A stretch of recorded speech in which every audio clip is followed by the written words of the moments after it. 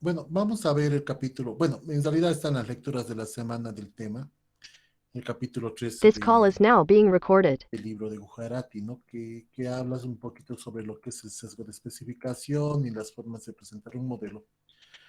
Miren que en mi opinión este capítulo, que justo es este me parece, no, es el 12.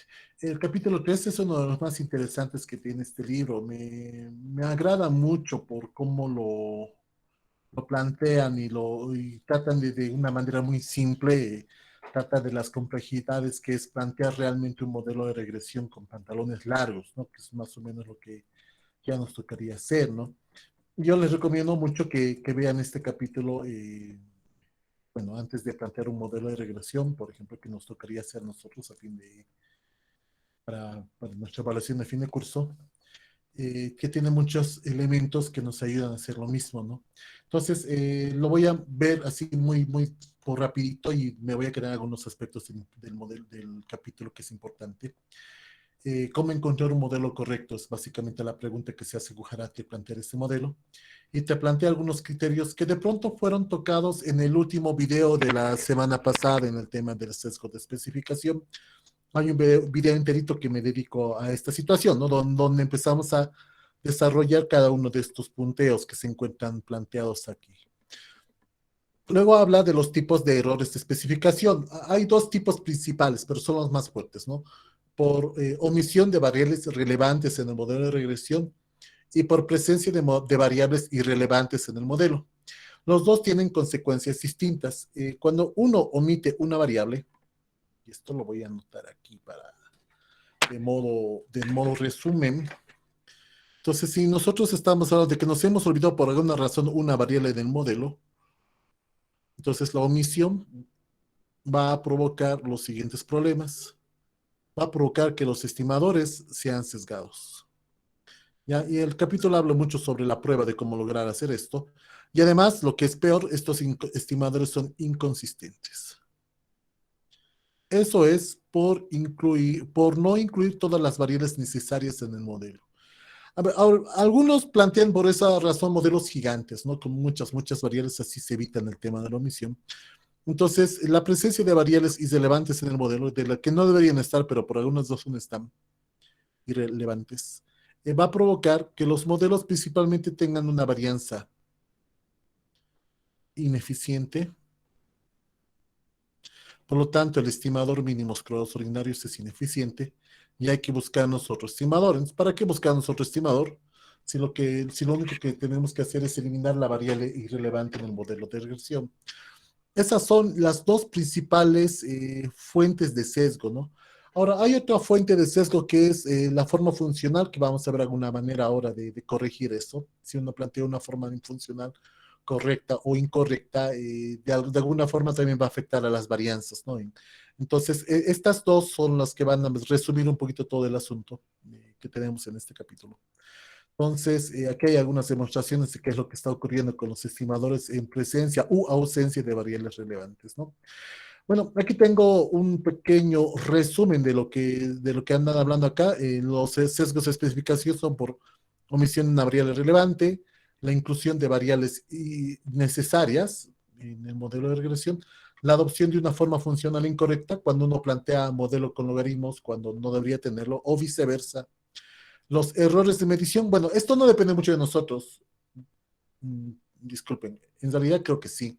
Los errores de medición se dan por errores en la forma como estamos levantando la información, ¿no? Los errores de encuesta. Entonces, si de alguna manera tú estás elaborando tus encuestas, mucho de eso va a ser culpa tuya, ¿no? Si es que hay problemas.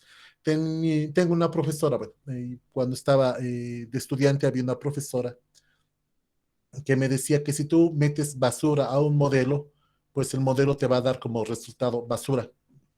Así, entonces es importante no perder de vista, ¿no? Que las preguntas deben estar bien planteadas, el marco muestral debe ser adecuado a levantar la información, no debes inducir al entrevistado a responder lo que tú quieras que él responde, porque en realidad eso va a ocurrir y tus respuestas automáticamente están mal planteadas y mal formuladas, ¿no? Por eso provoca un sesgo. Luego, el punto 5 es la especificación incorrecta del error estocástico. Esto lo hemos tocado cuando hemos tocado el tema del de los modelos con logaritmo, cuando habíamos hablado de las errores estocásticos aditivos o errores estocásticos multiplicativos, ¿no? Dependiendo un poquito cuál era la formulación teórica detrás de todo eso. Después tenemos la suposición de que el modelo está, de que el término de error está normalmente distribuido cuando en realidad no lo está, ¿no? Ese es otro de los errores que se pueden plantear en el modelo. Vamos a ver la mayoría de estos hoy día de forma bien abuelo de pájaro. No se olviden que la tarea que tenían para hoy era justo leer las lecturas, ¿no? de la semana, donde esta es una de las que están planteadas. Bueno, eso es respecto a este primer planteamiento. Ya quiero mostrarles algo más que tiene este capítulo. Les recomiendo también que vean las consecuencias de los errores de especificación del modelo que van con lo que yo les decía, ¿no? Modelos inconsistentes y sesgados cuando tú tienes la omisión de una variable relevante. Y bueno, y varianzas gigantes cuando tú incluyes variables irrelevantes dentro del modelo de regresión, ¿no? Lo que él dice sobre ajuste del modelo. Y ahí están las demostraciones de qué es lo que está ocurriendo.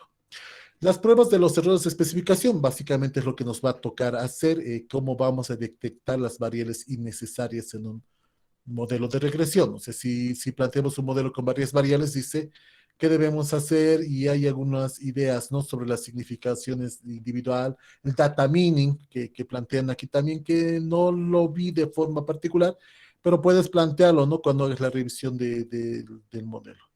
Voy a empezar más bien por acá, donde tenemos pruebas para variables omitidas y la forma funcional incorrecta. Gujarati plantea principalmente tres pruebas, que es el examen de los residuos, que lo vamos a hacer.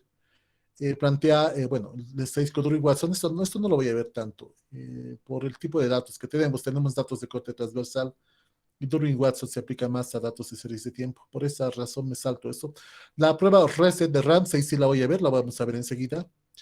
Y aquí también él planta bueno, la prueba RC de Ramsey trabaja con los mínimos cuadrados recursivos, que es un planteamiento que en realidad Gujarati ya lo tocó en el capítulo 7, solo que nosotros no lo vimos este semestre, al menos no de esta manera, lo vimos de otra forma.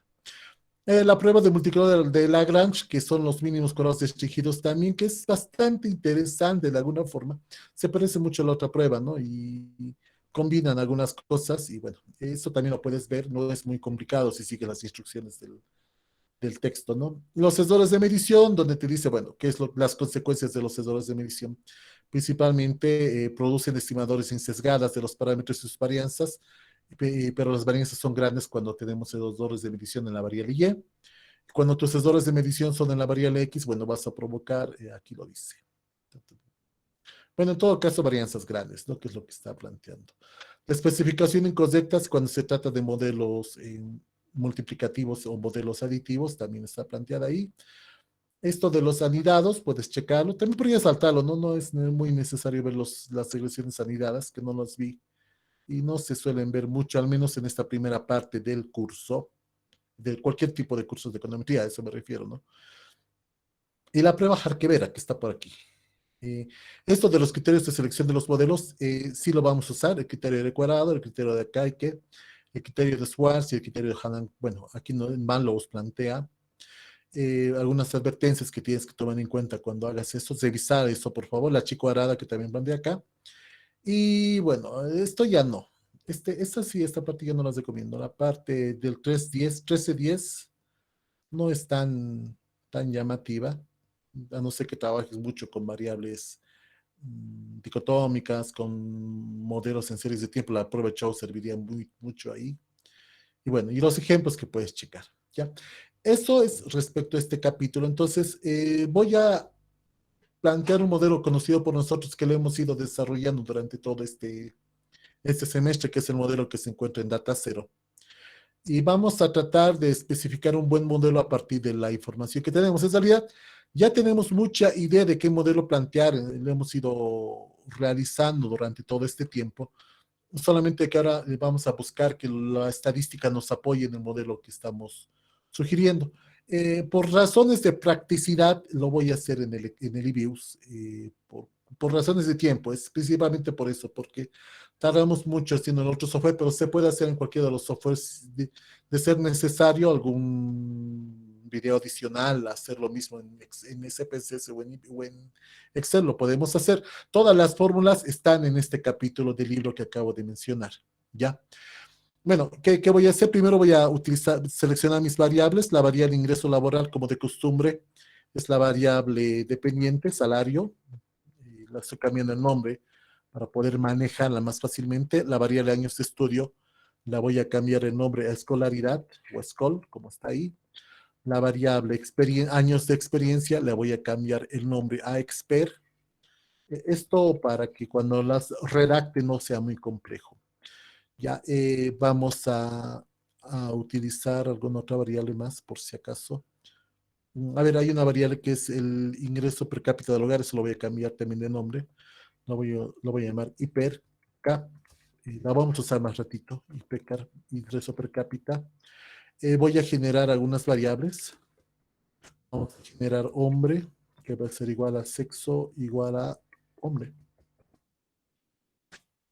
Y la voy a revisar, por si acaso no está hombre. 1010, perfecto, está bien esto. Vamos a generar también urbano, que va a ser igual a urbana, rural, igual a urbana, que es el nombre. La voy a revisar. Ahí están los unos y deben estar por aquí los ceros. Ahí están los ceros también. Listo, unos ceros, unos ceros. Entonces la variable está generada. Lo que vamos a hacer a continuación es correr la regresión que hemos venido haciendo. LS del logaritmo de los ingresos laborales, que lo hemos llamado salario. Salario. En función de beta 1, el beta 2 de la escolaridad, el beta 3 de la experiencia, beta 4 de la experiencia al cuadrado, ¿no? Que es el modelo que normalmente hemos venido haciendo en todas estas semanas. Expert no la definí, me dice. Ahí ve XP. Ahí está.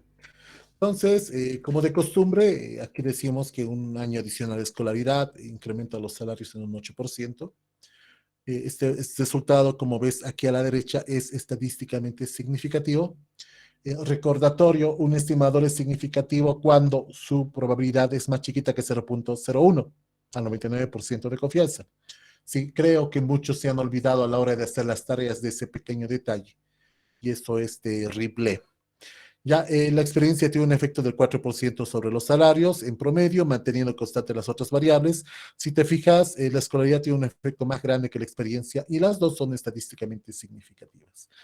La bondad del ajuste está medida por el R cuadrado ajustado. Nos está diciendo que este modelo se explica en un 24.78% y que además este modelo, si te fijas en el valor de F, es... permítame un ratito. Ahora sí. Si nos fijamos en F, este modelo es estadísticamente significativo, ya que estamos rechazando la probabilidad de que los cuatro estimadores de manera conjunta sean iguales a cero, ¿no? Es por esta razón de acá. Ya, esto era lo que hemos venido haciendo cotidianamente. Ahora, vamos a incorporar variables en el modelo para ver qué tan bien o qué tan mal planteado puede estar el mismo. Vamos a incorporar la variable hombre, incorporar la variable urbano, que son las que hemos generado en su momento. Claro, y para plantear un modelo mucho más grande. Este mismo modelo lo hemos desarrollado creo que en la tarea 5 o en la tarea 6 del tema 4, si memoria no me falla. Entonces, si te fijas aquí, un año adicional de escolaridad, manteniendo constante las otras variables, incrementa los salarios en un 6%, efecto significativo. La experiencia, un año adicional de experiencia incrementa los salarios en un 3.8%, efecto significativo, manteniendo constante las otras variables. Los hombres, como en promedio, ganan un 33% más que las mujeres, 34% más que las mujeres, manteniendo constante el resto de las variables, y la gente que vive en el área urbana, en promedio gana 65% más que los que no viven en el área urbana, manteniendo constante la escolaridad, la experiencia y el sexo del encuestado, ¿no? Todas las variables, todos estos estimadores de los cuales acabamos de hablar de manera individual son estadísticamente significativos. Este modelo se explica en un 32.49% de recorrido ajustado, y además el modelo también es significativo ya que estamos rechazando la hipótesis que los, bueno, 1, 2, 3, 4, 5, que los 6 estimadores del modelo sean iguales a 0 de manera conjunta. Es un buen modelo, ¿sí? Parece que hasta aquí mi tarea al plantear una regresión está perfecta, está bien hecha.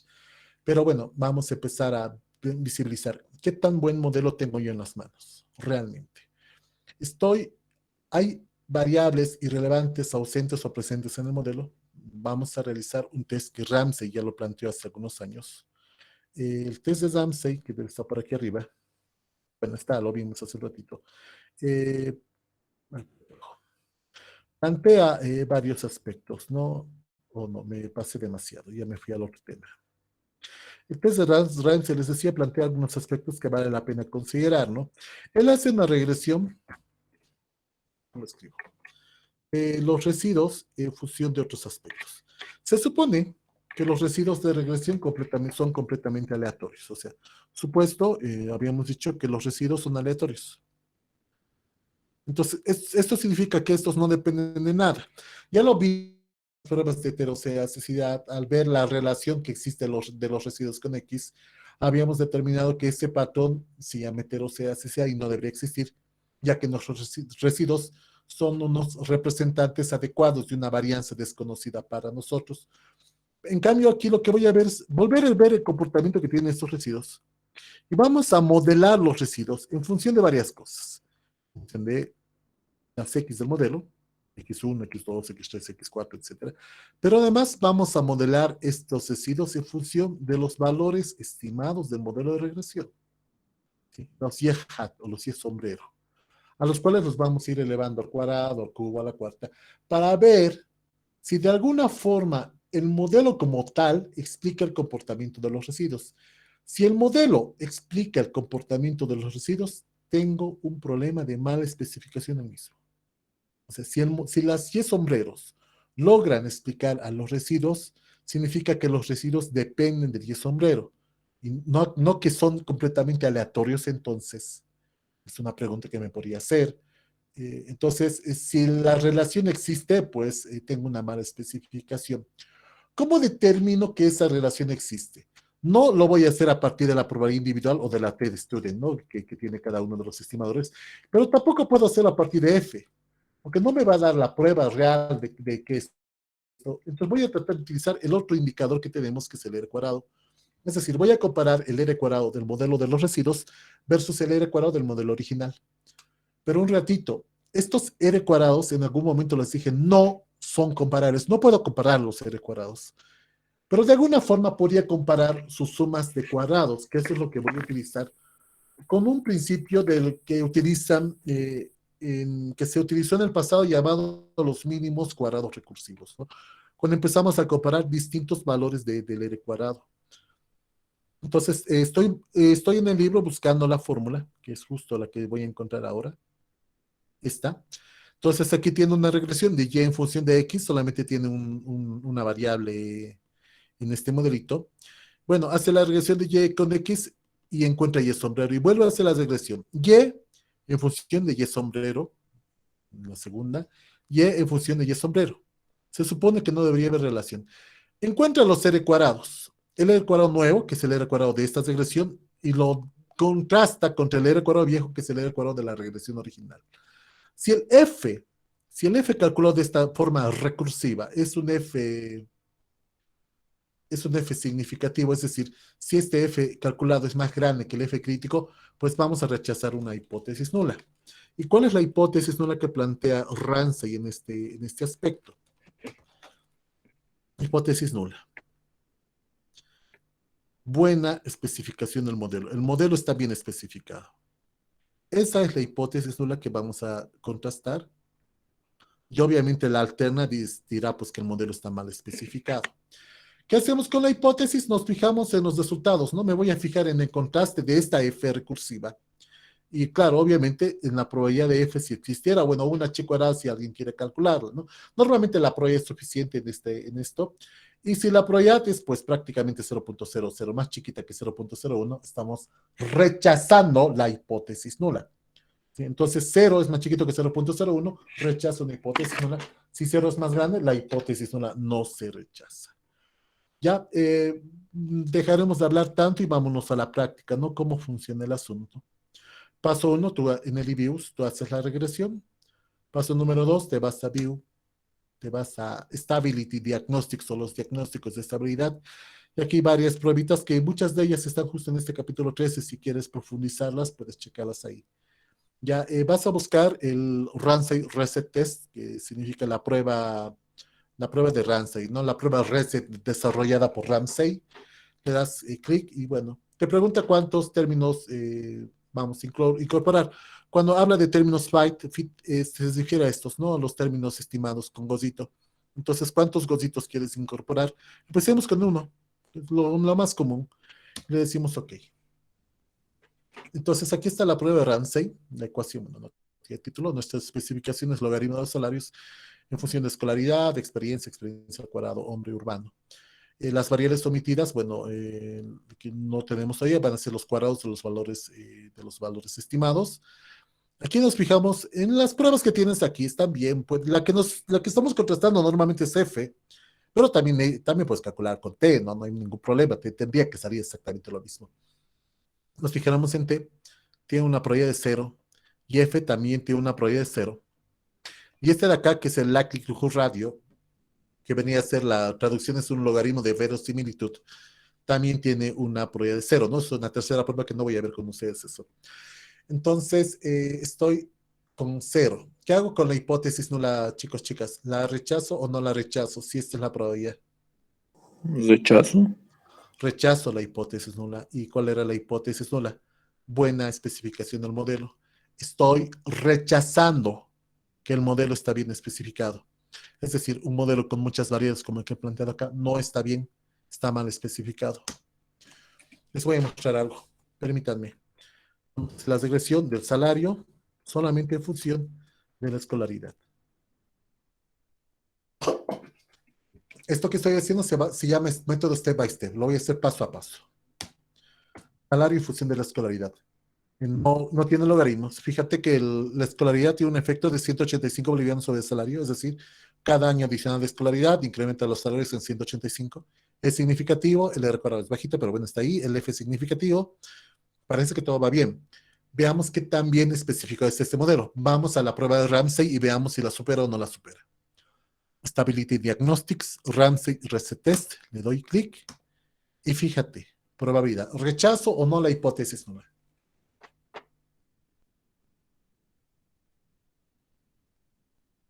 Se rechaza, dice. La hipótesis nula que nos dice que hay una buena especificación del modelo. Este modelo está mal especificado, como está así. Pero fíjate qué hago. Le voy a poner un logaritmo al salario. Estoy poniendo al salario un logaritmo, es decir, voy a hacer un modelo log-lin. Corre el modelo log-lin, resultados, 8% es un log-lin, los resultados se multiplican por 100, significativo, R cuadrado está bien, F es significativo. Veamos la prueba de reset. View, Stability Diagnostics, Reset Ramsey Test, y le doy OK. Fíjate con la probabilidad. ¿Qué hacemos con la hipótesis nula? No se rechaza. Este modelo, en este ejemplo, con este conjunto de datos, está bien planteado. O sea, entre incluir un modelo del salario en función de escolaridad y el logaritmo del salario en función de escolaridad, esta prueba de Ramsey te está diciendo que utilices el logaritmo, que el logaritmo es mejor modelo que el que no lo tiene, en ese sentido. ¿Ya? Voy a seguir con el step by step. Mi paso 1 ya era plantear el modelo, este de acá. Vamos a incorporar la experiencia y veamos qué tanto cambia. Se llama XP. Ahí está. Fíjate, no, un ratito. Voy a incorporar esto, pero después un ratito. Permite incorporar todas las variables que teníamos en el modelo. Y vamos mejorándolo. Voy a hacer el step by step, pero quiero empezar por esto primero. Planteo el modelo grande, donde tengo escolaridad, experiencia cuadrado, hombre urbano. Y voy a volver a hacer el test de Ramsey, el de acá. Quiero fijarme qué pasa con F. El valor de F es 22.53. No es muy grande. En realidad, este modelo está mal especificado, pero por poquito. ¿Qué voy a hacer? Voy a eliminar alguna variable, a ver si así mejora. Entonces, vamos a quitar hombre del modelo. La quito. Acuérdate que el F era 22, 22,53. Quito el nombre, me quedo con un modelo solamente con urbano. Vamos a hacer la prueba de Ramsey. El F bajó a 6,85, fíjate que mejoró. O sea, se supone que lo que yo quiero es no rechazar la hipótesis nula, lo que yo quiero es F chiquititos aquí. El F bajó, pero no es suficiente porque esta probabilidad sigue siendo 0,008, en este caso sigue siendo más chiquito que 0,01. Pero fíjate que el quitar una de las dicotómicas ha mejorado el modelo. Entonces esa puede ser la solución. Voy a quitar urbano. Ya planteé la regresión, logaritmo de salario, su función de escolaridad, de experiencia y experiencia al cuadrado. Vamos a ver el test de Ramsey. Y ahí está.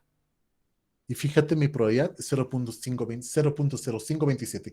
0.0527. ¿Es más grande o es más chiquito que 0.05? Más grande. Más grande. Ligeramente más grande.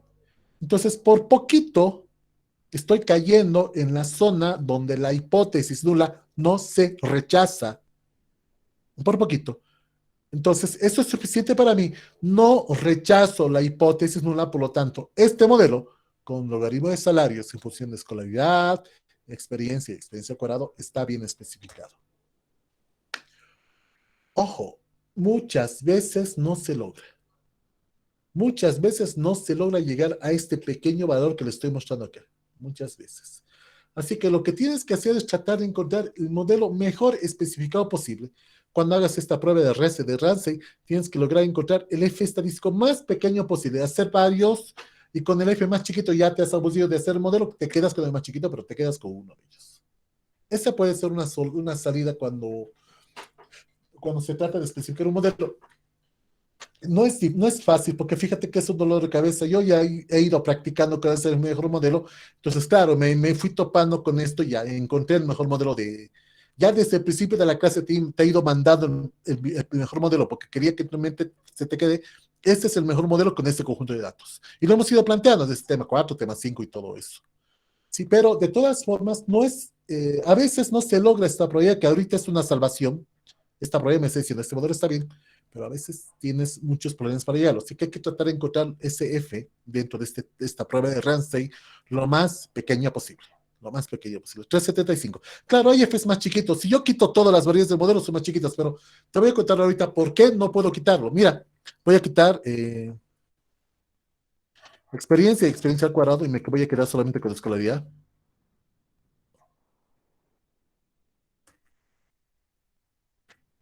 Modelo con dos variables. Ahí está. Y fíjate qué hago con el test de Ramsey. Voy, Stability Diagnósticos, test de Ramsey. Y mira mi F. 1.03, el más chiquito de todos. Y esto obviamente sí es 0.30, no hay por dónde equivocarse. Esto ya es una buena especificación. Pero no es lo único que hay que probar. Hay que ir de los dos lados, quitando variables y aumentando variables para saber hasta dónde ir. ¿Ya? Para hacer esta otra parte, voy a abrir el Excel. ¿Ya? Entonces, eso nomás es el test de Ramsey. Les recomiendo reviews porque lo hace mucho más rápido. Si lo trabajas en el Excel, que es posible también, esta es la regresión a hacer. Encontrar los valores estimados, hacer la regresión de Y en función de Y sombrero al cuadrado y Y sombrero al cubo. Primero Y sombrero al cuadrado, no se vente con Y sombrero al cubo. Hasta aquí nomás.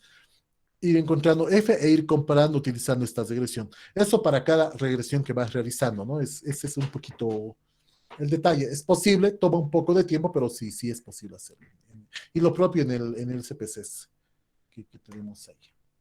Ya he abierto el Excel porque lo voy a usar para varias situaciones. Vamos a hacer el paso a paso, el step by step. Vamos a plantear varios modelos. Vamos a ver qué tan bueno o qué tan mala especificación pueden tener estos modelos. Voy a usar 3 criterios. En el libro hay más, pero en realidad son 3 los más usuales. El criterio de la bondad del ajuste, que está medido por R cuadrado, es el primero. El criterio de la significancia del modelo de regresión, que está medido por F. Y un criterio adicional que vamos a ver hoy día, que también están en el libro, que son los castigos que tienen modelos. Hay un estadístico que cada que tú plantees una variable irrelevante en el modelo, lo va a castigar. De salida son 3. Es el estadístico de Kaike, el estadístico de Schwartz y el estadístico de Hannan Quinn. Y Kujaraki presenta unos más. Voy a ver a Kaike. Schwartz y Hannan Quinn es lo mismo. Solamente voy a ver uno. Podría ver los tres, pero suficiente con uno. Eso quiero decir. Entonces aquí está. R cuadrado, bondad de ajuste, F, significancia, y acá hay que va a castigar el modelo. ¿Qué significa castigar? Que mientras más grande sea acá, que más castigo va a tener el modelo de regresión. Entonces, vamos por ahí. Me voy con los datos y vamos a plantear las distintas regresiones. Como el modelo con logaritmos es el modelo que tengo que hacer según Ramsey, ese es el modelo con el que voy a empezar, con logaritmos. Entonces planteo logaritmo de los salarios en función de la escolaridad. Primera parte. Ya sé que es un buen modelo, ya sé que es un 8%, etcétera, etcétera, pero ahora me voy a concentrar en lo que antes lo había ignorado. R cuadrado. El R cuadrado, para comparar, el R cuadrado, no vamos a usar el ajustado, el R cuadrado normal, y si quieres usar el ajustado, puedes hacerlo, pero en todos los modelos, no solamente en uno, en todos. Como en los modelos con dos variables, el R cuadrado y el R cuadrado ajustado son básicamente lo mismo, voy a seguir usando el R cuadrado en todos los mismos. Entonces, voy a gastar el R cuadrado, lo voy a copiar, y me lo voy a llevar al Excel. ¿Para qué? Para pegarlo acá. Estoy pegando el R cuadrado.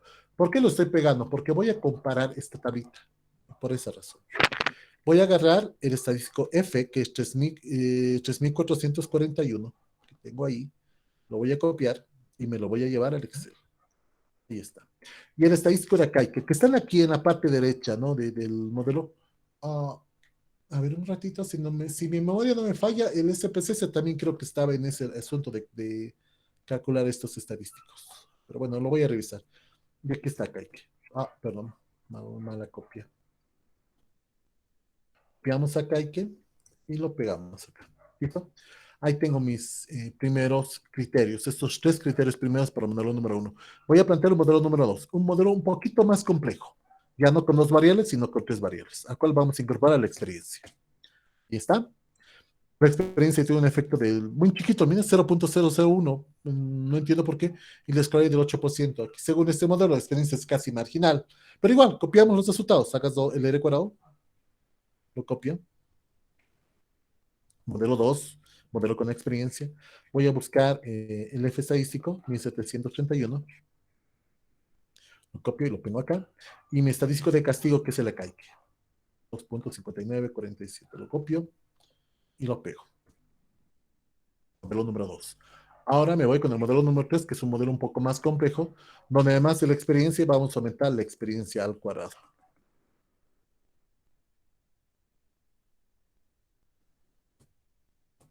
Ahí está nuestro modelo. Vamos, fíjate cómo ha cambiado la experiencia, ahora es un 4%. Ese valor de 0 se fue a la experiencia al cuadrado, que eso me parece una buena noticia. Hago el R cuadrado, me lo llevo, lo copio y lo pego. Agarro el estadístico F, lo copio y lo pego igual. Y lo propio con el criterio de información de acá, y ¿no? Que es otro estadístico que está presente en mi modelo. Y ahí está. Podría seguir planteando más modelos, pero ya hemos visto que si aumento hombre o aumento urbano, el modelo ya no es muy bueno. Ramsey no puede aprobar el test de Ramsey. Entonces, aquí, de preferencia, solamente vamos a poner los modelos que sí aprueben el test de Ramsey. Esto para evitar entrar a dobles trabajos o algo así. Entonces, primero trata de que Ramsey te apruebe un modelo, y una vez que Ramsey te apruebe un modelo, puedes ir aumentando variables dentro del rango que te permita Ramsey. Estos tres modelos Ramsey los permite. Y ya vimos el modelo de Ramsey, aquí no rechazaba la hipótesis nula. Si yo uso la experiencia al cuadrado, no hice eso hace rato, veo la prueba de Ramsey.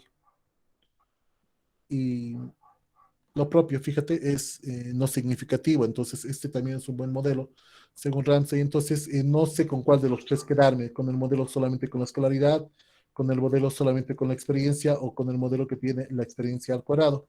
Entonces vamos a ver, usando estos criterios de información, con cuál me quedo. Esa es la razón, ¿no? Bueno, vamos con esto. El mejor R cuadrado.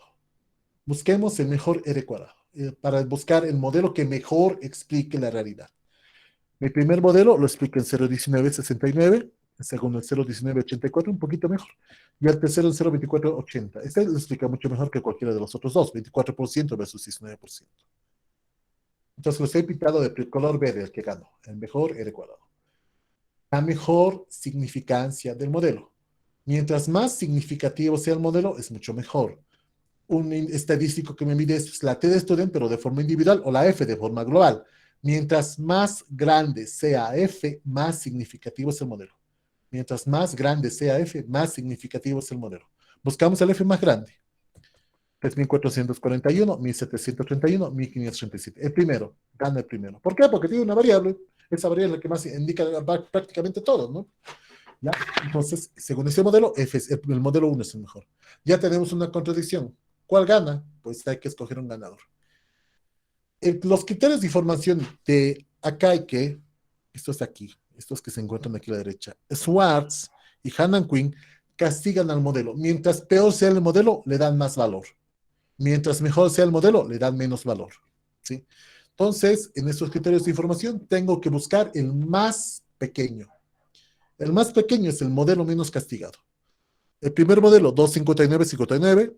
El segundo modelo, 259-47, le gana por poquito. Y el tercer modelo, 253-10. Este le gana, porque es 253 versus 259. Entonces, tengo un modelo donde gana en un criterio, el modelo 2 no gana en ninguno, es el peor modelo según esos criterios, y el modelo número 3 gana en 2 de 3 criterios. Entonces, el modelo número 3 es el mejor. Por eso son 3 criterios. R cuadrado, F y acá hay que siempre va a haber alguien que gane en dos y otro en uno. No, no puede haber empate entre modelos, porque son tres criterios y no son dos.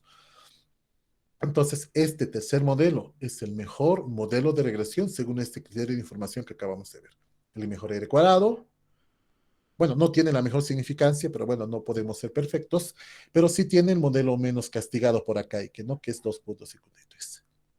Estos son los pasos que tienes que hacer para definir un buen modelo, ¿sí? Primero, realizas la prueba de Ramsey, el reset de Ramsey y tratas de establecer unos criterios adecuados. Luego te fijas esta pequeña prueba de la comparación de estos tres criterios de selección de modelos para escoger el modelo que creas que sea más conveniente. Claro, y además ver el temía, ¿no? Que te hable al principio de este capítulo qué criterios se utilizan para seleccionar el mismo modelo. No voy a pasar al final del día de hoy de nuevo. Ya. Esos son para ver tres cosas en uno hemos visto aquí, de este punteo que teníamos hace un ratito en el libro, de cuáles son los criterios o de qué forma los sesgos de especificación están afectando el modelo.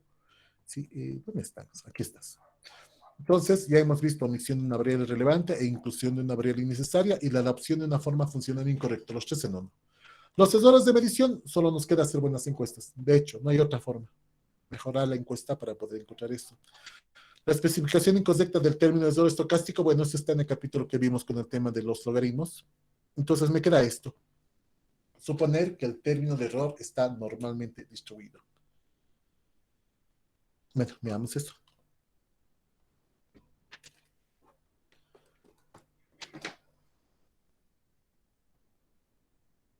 Hay un supuesto que establecimos al inicio de las clases cuando vimos la parte teórica que decía que la perturbación estocástica sigue una distribución normal cuyo valor medio es cero y cuya varianza es constante. Los residuos siguen una normal cuya media es cero y cuya varianza es constante, homocedástica y no autocorrelacionada. Significa eso de varianza constante.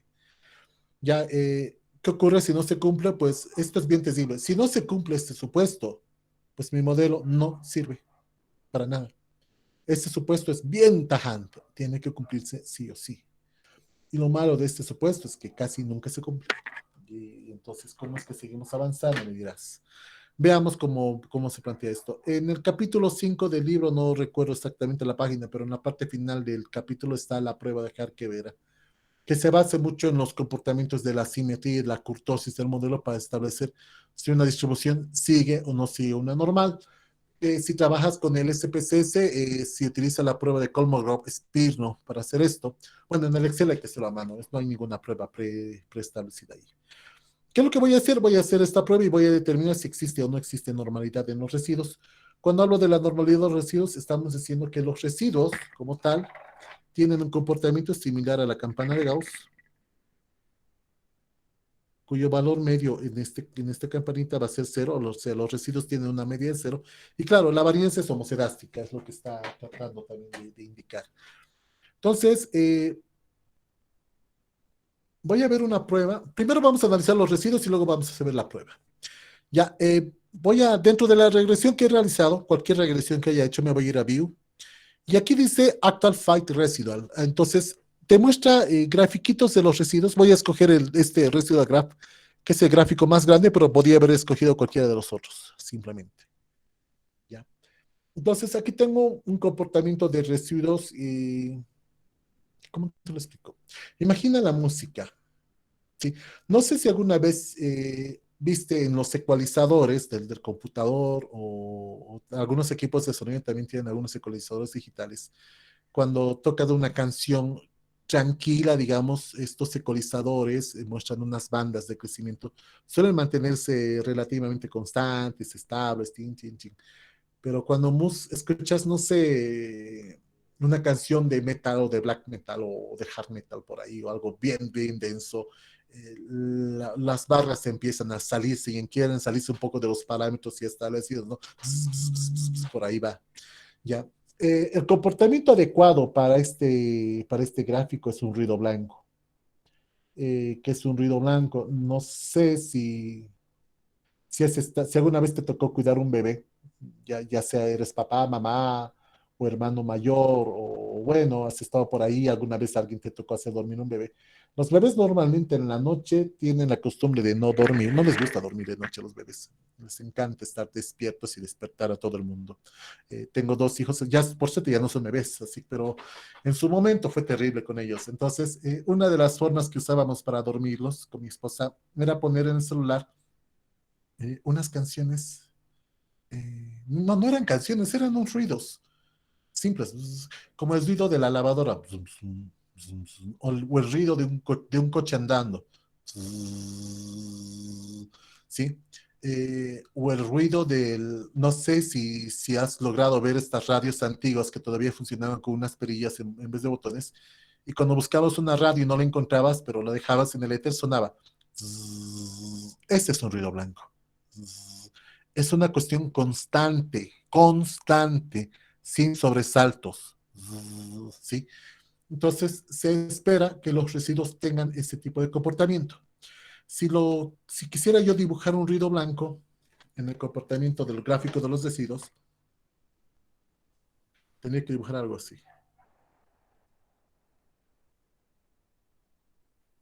Constante. ¿Sí? Aburrido, sí, aburrido. ¿Que te duermes? Exacto, esa es la idea, que te duermes. Por esa razón, los bebés siempre se duermen con los ruidos blancos. Y yo creo que cualquiera de nosotros también, ¿no? Imagínate escuchando 15 minutos de eso nada más y terminas hecho dormidísimo ahí, seguramente, ¿no? A mí me pasa, les cuento. Entonces, imagino que debe ser muy común también. Esto es algo parecido a este gráfico.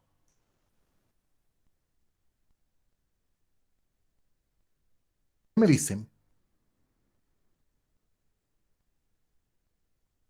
Sí, Luis. Parece, ¿no? Pero aquí hay ruido. Mira este ruido. Mira que te estoy mostrando con el ratón. Este puntito, cómo se escapa. Y aquí abajo, mira este otro. Esto sería, estás con ese ruido. Zum, zum, zum, zum. O sea, si quieres dormir un bebé, eso no te va a ayudar mucho, ¿no? Porque es cada uno de estos saltitos es un sobresalto. Entonces, se supone que los residuos tienen una media de cero. Bueno, no solo se supone, se sabe que la media de los residuos es cero. ¿Por qué? Porque la suma de los residuos es cero. Entonces, su promedio también es cero, por esa razón. Pero cada uno de estos puntitos se está saliendo de ese cero, se está tratando de escapar cada uno de esos puntos. Son valores atípicos, outliers, lo que vimos la otra vez, ¿no? Con el tema de la heteroscedasticidad, y no nos podemos quitar. Bueno, mientras hay una corriente de gente estadística que plantea que hay que borrarlos y así la vida va a ser mucho más sencilla, pero esto lo hacen en el área de las ciencias naturales. En ciencias sociales yo no puedo pensar en borrar uno de estos porque son datos reales. El mundo es así de injusto. Hay gente muy, pero muy rica y hay gente pero muy pobre. Los muy pobres son mucho más que los muy ricos. Fíjate, los que están por debajo de cero son muchos más de los que están por encima de cero. Pero están ahí, no puedes evitarlo. Sí, esa es la idea. No puedes ignorarlo, no puedes ir diciendo, bueno, como no me representa, los quito, los quito, los quito. Yo estoy al medio y me quedo al medio. Quito a todos los que no están al medio. Entonces no es un modelo adecuado, no es un modelo social, es un modelo a tu gusto y a tu manera, donde estás ahorcando a tus datos para que te den el resultado que tú quieres que te den, ¿no? Voy a mostrarles el mismo gráfico, aquí donde dice Actual File Residual Graph, donde es el mismo gráfico donde les estoy mostrando alguna característica adicional. El rojo, ahí está. El rojo es el valor actual, el valor observado. El verde es el valor estimado. Claro, y la diferencia entre el valor observado rojo y el valor estimado verde es el azul, que es el residuo. Entonces, si te fijas, mi modelo estimado, el verde, sí, tiene la tendencia del rojo, pero hay muchos puntos donde no se le parece. Entonces, mi gráfico está mostrando demasiados sobresaltos, muchos más de los que debería, ¿no? Pero pues no todo es perfecto y casi siempre todos los gráficos de residuos te van a salir así. Pero si observas un gráfico donde los sobresaltos son pues gigantes, enormes, ese modelo no me va a ayudar mucho. Ahí sí lo que tendría que hacer es tal vez no tomar en cuenta ese segmento de la población que por alguna razón muestra comportamientos muy caóticos. Te doy un ejemplo. Si tú haces una encuesta en mm, agosto o en julio del 2020, o si buscas información sobre consumo de, qué sé yo, consumo de pan en agosto de 2020, o consumo de hojuelas de trigo del agosto de 2020, consumo de croquetas de pez en agosto del 2020, tus resultados van a ser salidos de la escala, porque agosto del 2020 todos estábamos en cuarentena, entonces el comportamiento del consumidor fue extrañísimo ese tiempo. Si tú buscas datos de este último fin de semana sobre mercado, cualquier tipo de encuesta de mercado elaborada en la última semana en la primera semana de junio del 2021, tus datos también se van a salir de escala porque había un día de cuarentena que era el domingo, entonces el día sábado las cosas fueron medio locas o medio raras, igual el sábado pasado. Entonces, no son buenos tiempos para las encuestas, lamentablemente. Son tiempos donde nos van a salir muchos errores respecto a un modelo que teóricamente andaba bien hasta el 2019 y de ahí desapareció y empieza a dar saltos cualitativos. ¿Hasta cuándo va a ser inestable el modelo? No lo sé. 1, 2 años, quién sabe, o tal vez más, dependiendo cuánto dure realmente la pandemia. Pero realmente, no políticamente. Políticamente la pandemia se murió hace rato, pero la realidad parece que va para largo. Entonces, eh, este tema del comportamiento de los residuos hay que verlo y hay que analizarlo y hay que tratar de no darle demasiadas esperanzas al modelo si es que ves que tus residuos son muy grandes en general. Entonces, esto ocurre en la econometría real, en la econometría del libro es facilita, nunca hay residuos de esta forma, los gráficos siempre son bonitos, pero en la práctica nos toca toparnos con cosas así y hay que tomar decisiones, ¿no? Aquí hay que corregir la heterocedasticidad, ya sabemos cómo hacerla, pero de todas formas esto no va a cambiar, este gráfico no va a cambiar, aunque hagamos lo que hagamos, ¿no? Siempre y cuando confiemos en que los datos están bien levantados, que esa es otra de las causas. Ya. Bueno, no quiero extenderme mucho con esto. Vamos a lo que quería mostrarles al final, me he olvidado del asunto. Voy a volver a la ecuación. Vamos a ver el comportamiento de los residuos, pero a ver si siguen o no siguen una distribución normal, que es mucho más agradable eso. Entonces, voy a ir aquí dentro de la ecuación de regresión que tenemos en el eViews, me voy a ir a View y ahí me voy a Residual Diagnostics y aquí me voy a Histogram, que es el test de normalidad de los residuos. Este mismo gráfico también sale en el Excel y este mismo gráfico también sale en el SPSS, por si acaso. Lo único que no sale es estas, bueno, aunque esto puede salir de todas formas, ¿no? Si uno le calcula. Menos la media de los residuos, que siempre es cero. La mediana, fíjate que está un poquito a la derecha de la media, entonces está mostrando ciertos sesgos hacia la derecha. El valor máximo es 4, el valor mínimo número 6, la desviación estándar es 0,85, y estos son los que me refería. Los coeficientes tanto de asimetría, skewness y kurtosis, creo que tengo acá. La simetría en una distribución normal es 0. No hay simetría, o sea, no hay asimetría, quiero decir, el modelo es completamente simétrico, 0. La simetría es 0. Y la kurtosis es 3, no es ni muy alta ni muy baja. ¿Sí? Tiene una moda estable, entre comillas. Veamos cómo nos va. Mi valor de asimetría es menos 0,92, poco más lejos del 0, no mucho, pero está un poquito lejos del 0. y la kurtosis es 5.57. Ese sí, bastante alto, ¿no? El tema de kurtosis. En base a la simetría y kurtosis, Harke-Vera ha construido su prueba de hipótesis. La veo ahora. Entonces, esta es una prueba relativamente simple. Hipótesis nula. La distribución es normal. Estoy viendo Harke-Vera porque Harke-Vera es el que trabaja en econometría y lo trabajo en el IBIUS. Pero si tú estás trabajando en el SPSS, la prueba de Kolmogorov-Smirnov llega a los mismos resultados, así que con cualquiera de las dos pruebas, ya sea con Harke-Vera o con Kolmogorov, llegas a lo mismo en general. La distribución es normal y es la misma hipótesis para los dos. Esto por si acaso. Ya la hipótesis alterna, obviamente que la distribución no es normal. Entonces, Harke-Vera tiene la siguiente fórmula. A ver si me acuerdo. No, no me acuerdo. Es 4 menos la simetría sobre 2 y la kurtosis sobre 3, pero mira que no me acuerdo. Así que la voy a buscar enseguida. Está en el capítulo 5, les dije. Aquí está el capítulo 5. Al final del capítulo 5.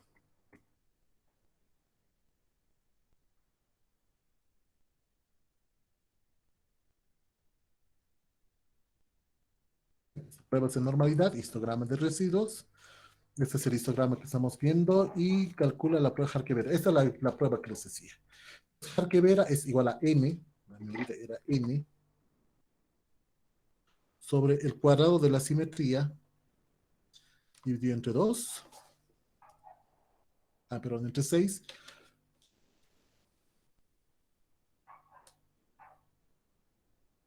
Entonces es eso dividido entre 6 más el valor de kurtosis menos 3 elevado al cuadrado. La kurtosis menos 3 elevado al cuadrado sobre 24. El valor de simetría y de kurtosis lo puedes encontrar en el SPSS. Cuando calculas un sumario estadístico simple, te los proporciona, simplemente cambias los datos y haces esta relación. Calculas Harke-Vera. Harke-Vera tiene una tabla de Harke-Vera donde hace el cálculo, ¿no? Si el resultado que tiene supera o no supera el valor crítico de Harke-Vera. Pero en realidad ya no tiene mucho sentido, directamente se puede aplicar la probabilidad que tiene Harke-Vera, ¿no? En el fondo. Entonces, esto va acá. Con este Harke-Vera que está presentado, 5.858, y este valor acá es su probabilidad. Con este valor de probabilidad que tú tienes ahí, que tú ves ahí, que es 0.00000000, ¿rechazas o no rechazas la hipótesis nula?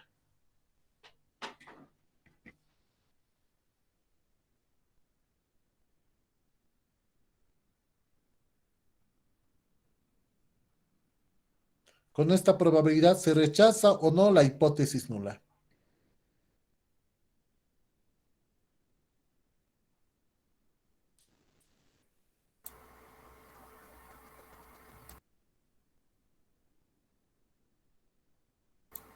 Se rechaza, le dice. Gracias. ¿Y cuál es la hipótesis nula? Que la distribución es normal. Estoy rechazando que los residuos tienen una distribución normal. Estoy rechazando que tengo un buen modelo. Si mis residuos no siguen una distribución normal, este modelo de regresión se va al tacho. No me sirve. Tengo que volver a plantear otro desde sus inicios. ¿Qué regresión estamos evaluando? La regresión de siempre.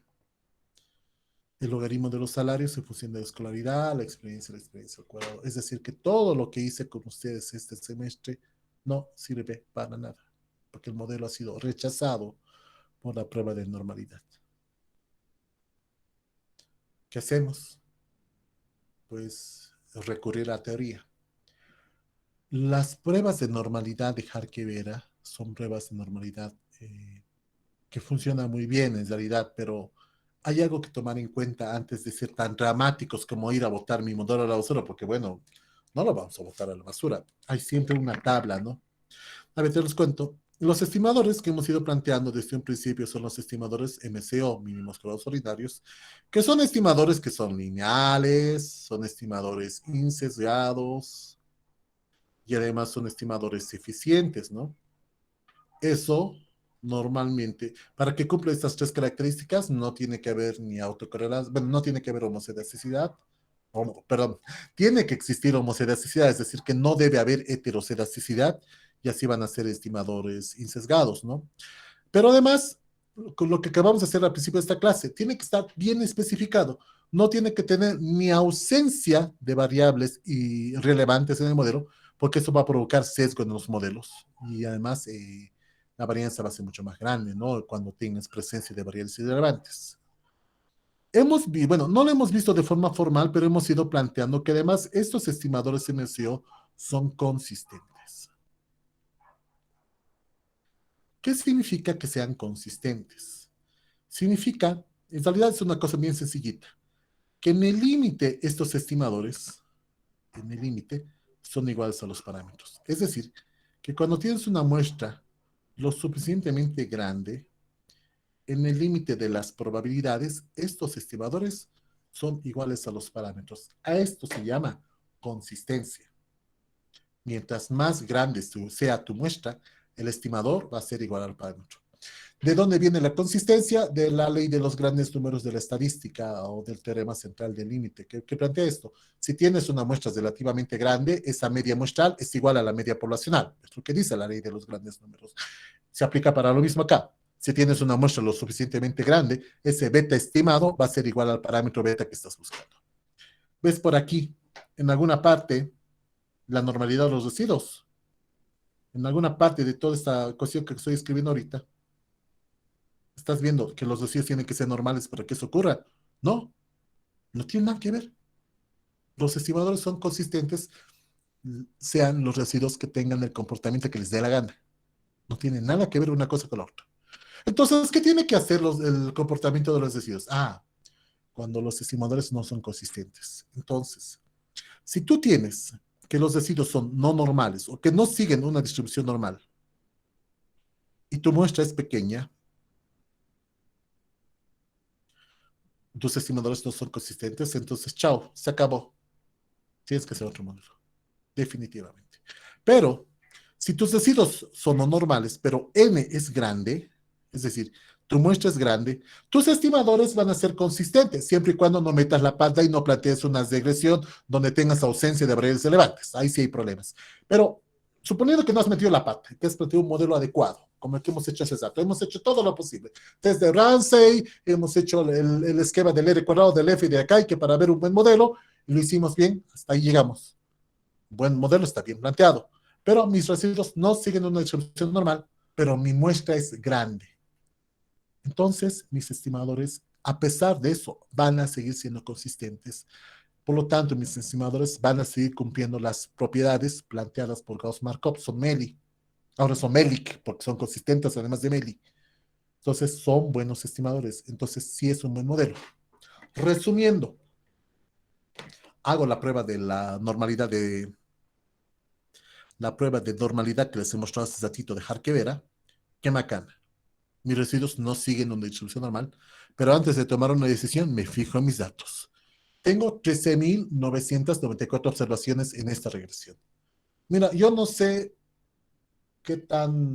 no sé exactamente cuánto es una buena muestra, pero 13.994 parece que sí son una buena cantidad de datos. Entonces, sí, mi muestra es grande, por lo tanto, me vale un pepino, un rábano, que mis residuos no sean normales, porque mi muestra es suficientemente grande y mis estimadores son consistentes. Entonces, por esa razón, no pasa nada con ese inconveniente. ¿Ya? Un segundito, por favor.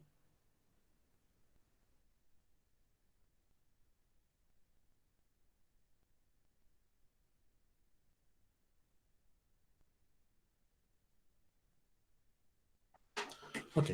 ¿Tienen alguna pregunta?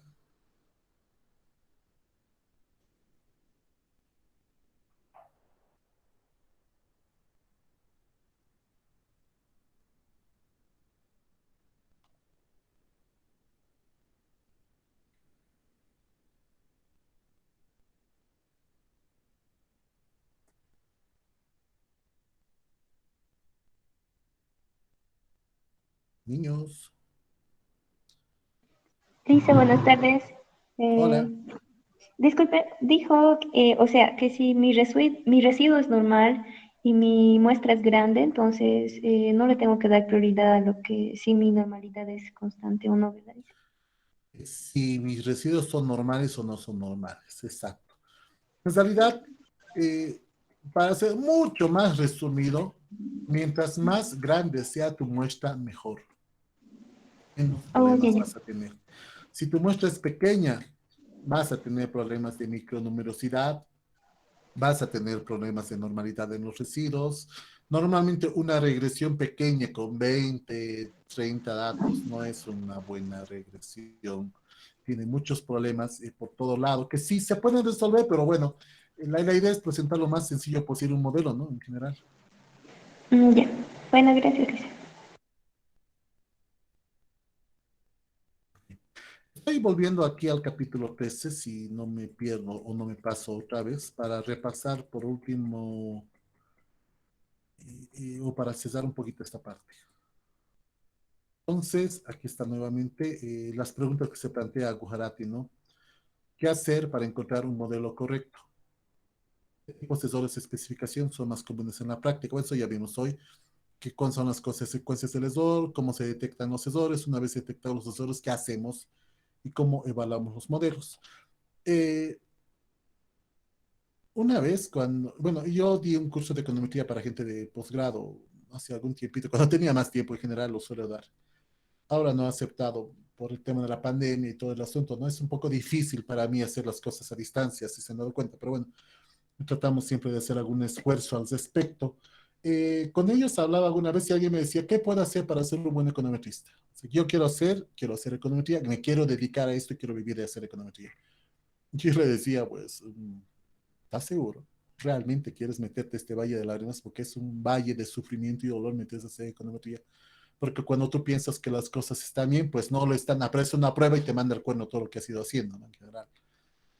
Y le dije, repítete este capítulo tiene cosas que que vale la pena recordar y por mucho que sepas que seas un buen economista, a mí me pasa, siempre veo este capítulo y como que se me bajan los humos y pisamos tierra en muchas situaciones, ¿sí?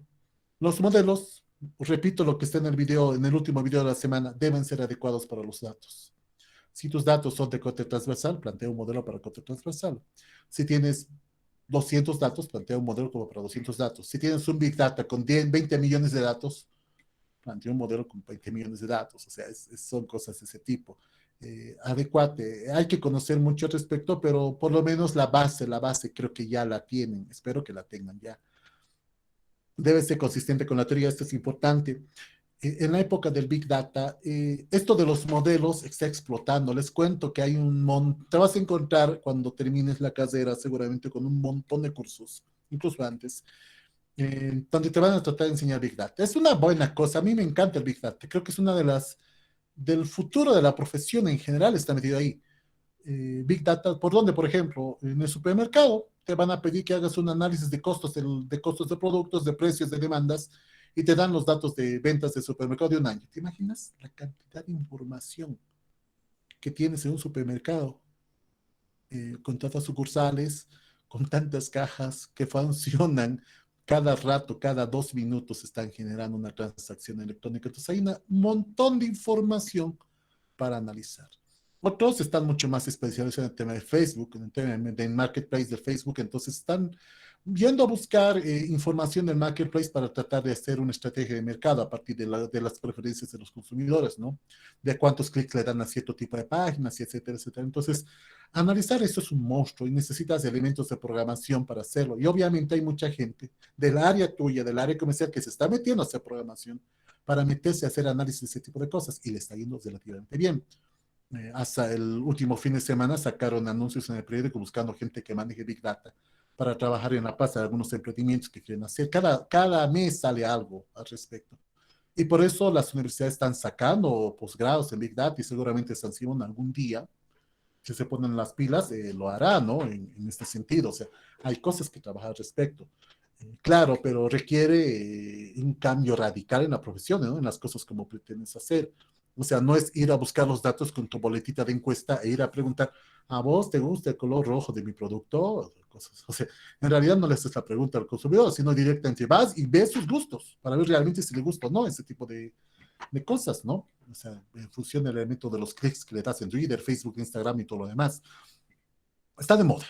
Es una cosa interesante. Entonces, eh, muchos de estos modelos, y voy a lo que quería decir, se me está yendo la cosa por otro lado, deben ser consistentes con la teoría. ¿Sí? Ese es el problema. Que hay una teoría que dice que la demanda depende del precio, del ingreso, del precio de los bienes sustitutos. Teoría clásica de la demanda. Hay otra teoría, teoría moderna de la demanda, que dice que además de estos factores que dependen de la logística, de la marca, de la etiqueta, de la calidad, de la fidelidad del consumidor, depende de si cumple o no si cumple ciertos requisitos medioambientales, entre comillas, y muchas otras variables que se van incorporando al asunto.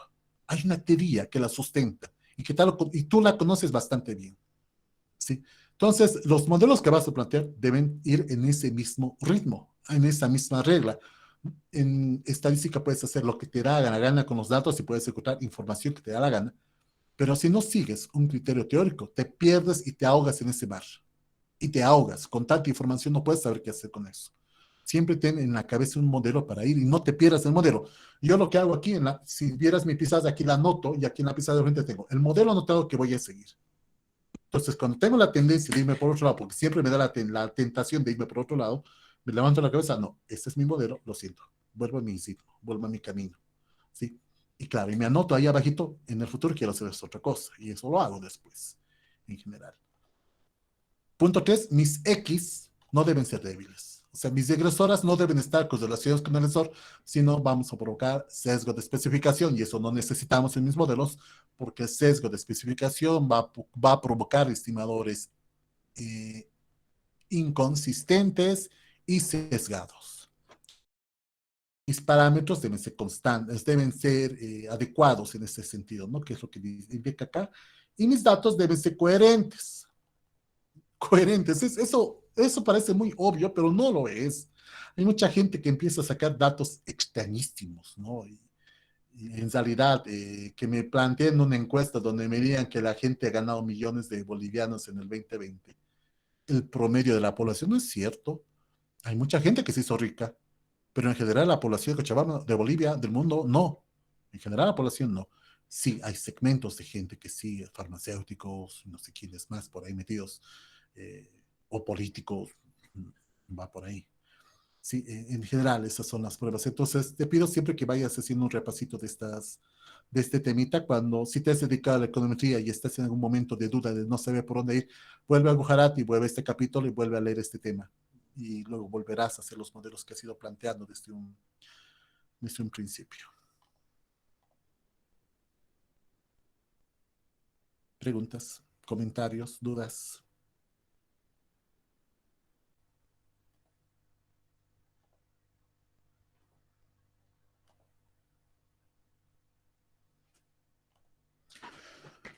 Ok, hablemos de lo que les interesa. Los rumores y los chismes siempre son graves, así que imagino que ya les sigo el chisme.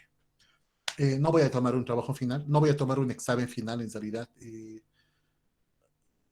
por varias razones que ahorita voy a enumerarlas. Número uno, los exámenes no están funcionando en la asignatura, cada examen que das, cada examen que te aplazas, este último examen, el segundo examen que dieron hace algunas semanas fue un desastre, masacre completa, para una gran cantidad de gente.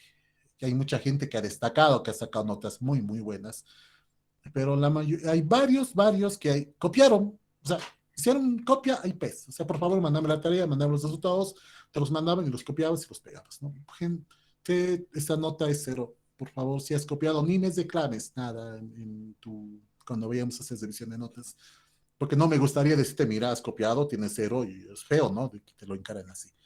Ya no lo vuelvas a hacer. Es realidad. Desde ahora te avisé, ¿no? Que el segundo examen son datos aleatorios que es imposible que se repitan. Bueno, la probabilidad de que te salgan los mismos datos, los mismos 100 datos, eran 100 datos, eran 3 variables, entonces, ¿cuál es la probabilidad de que se repitan? 1, 2, 3, 4, 500 datos, los 500. O sea, no sé, dime tú si es que hay alguna. y demuéstramelo tú si es que realmente crees que los datos se han repetido, ¿no? Respecto a los compañeros tuyos. Bueno, ya esa es otra cosa. Eso, ¿no? Entonces, a raíz de que alguien me pidió en el otro grupo, me parece, realizar algún trabajo o algo, me parece que es buena idea y veamos cómo nos va en el trabajo de grupos. Vamos a hacer grupos de 4 personas que van a formar entre ustedes. 4 significa 4, 4 no es 5 por si acaso. De hasta 4 personas, o sea, pueden ser 3, pueden ser 2, pueden ser una. Mejor si es en grupos, ¿no? Si se reparten trabajo, porque hay no más trabajo que hacer en esta tarea. Te voy a dar el día miércoles un conjunto de datos reales, bolivianos, de demanda de productos nacionales, de varios tipos de productos, donde te voy a dar un ejemplo teórico de cómo debe ser un modelo de demanda. Ejemplo teórico, ¿ya? Te voy a proponer que tú me propongas un modelo de regresión para ese ejemplo. Te doy una idea. Si estoy trabajando con datos si tuviera dar un modelo de NISR como el que vimos ahorita, te daría esto. Yo tengo salario,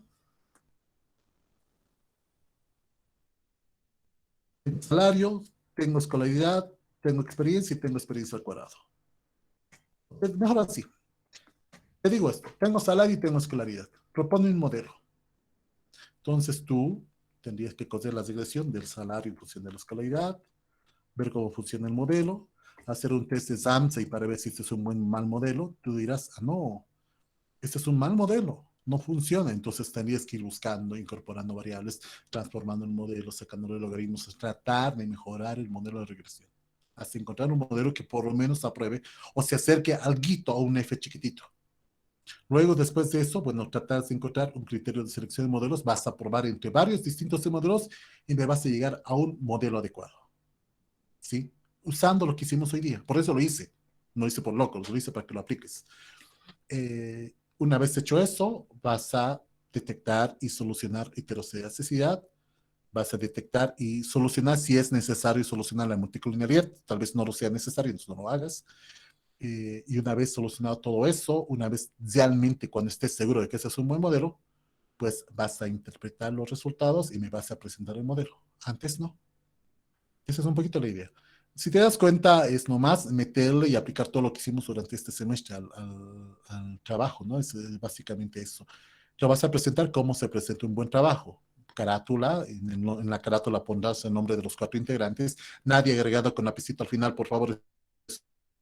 Pues, tendrá introducción, tendrá un desarrollo y tendrá conclusiones y anexos seguramente, y si has usado alguna cosa de internet para la tarea, algún texto o algún trabajo que te encontraste por el rincón del vago o algo así, pues lo vas a citar en la bibliografía, que no me voy a enojar siempre, porque los datos que estudian son datos nacionales, así que difícil que puedas encontrar un modelo en otra parte del mundo para datos nacionales, ¿no? Es muy complejito. Ya, eso. Entonces, como te decía, estoy preparando ahora, el día miércoles te voy a subir seguramente en la mañana los datos, te voy a avisar por un mensaje de WhatsApp para que los puedas ver y empieces a armar los grupos de trabajo. Ya puedes armar tu grupo con la gente que tú creas conveniente, pónganse de acuerdo, y pueden ya empezar a trabajar en eso a partir del día miércoles, ¿ya? El día viernes me voy a conectar seguramente para que podamos discutir un poquito en relación a este trabajo, y la siguiente semana vamos a tener una reunión al respecto. Estamos a 5 trabajos, te lo voy a dar 7 y seguramente te lo voy a pedir hasta el 16, 10 días. El 16 de julio, viernes. ¿Esto por qué 16? Porque yo necesito algo de tiempo para poder revisar los trabajos y poder darles una nota final, ¿no? Al respecto. Entonces, hasta si me lo das el 16, yo espero hacer los 17 y 18. Como es el grupo, son menos trabajos que revisar. Así que le voy a dar un poquito más de detalle a la lectura. Entonces, el lunes, martes, seguramente voy a estar ya dictando notas finales e indicando quiénes van a pasar a segunda instancia. Seguramente va a haber algunos, no te asustes, los exámenes, si te estoy dando trabajos para aquí, seguramente va algo parecido a ser segunda. No lo sé, no me hagan hablar. Ya, esa es un poquito la idea, ¿no? De lo que quería charlar con ustedes. Entonces, bueno, y además, esta semana, no les digo qué día porque siempre que pongo una fecha me equivoco y les fallo, pero esta semana ya voy a subir notas del segundo parcial. Y las notas de primer parcial ya están, pero las voy a cambiar con el tema de ponerle las notas para cada uno de los trabajos que me pidieron que haga eso, para que tú veas en qué trabajo tienes peor nota o mejor nota, y si tienes algún tema o algo que decir, La siguiente semana lo discutimos en algún espacio que vamos a habilitar para que hagamos eso en algún momento. Eso depende de la demanda. ¿Ya? ¿Ok? Está bien, ¿Estamos Lice. o no estamos? Está bien, dice. Usted bendice. Muchas Una gracias. pregunta. Maribel, Licenciado, ¿se podría hacer con los integrantes del otro grupo del turno de mañana? ¿O solo con nosotros? sí, Maribel, pueden hacerlo al final. Por favor, pero en la carátula clarito que esté eso, para que no me rompa la cabeza buscándoles y luego no los encuentro y pierdo mucho tiempo en cambiar de listas. Ah, ya sé, 2 integrantes de la mañana, 2 de la tarde, así que voy a tener las 2 listas a la mano.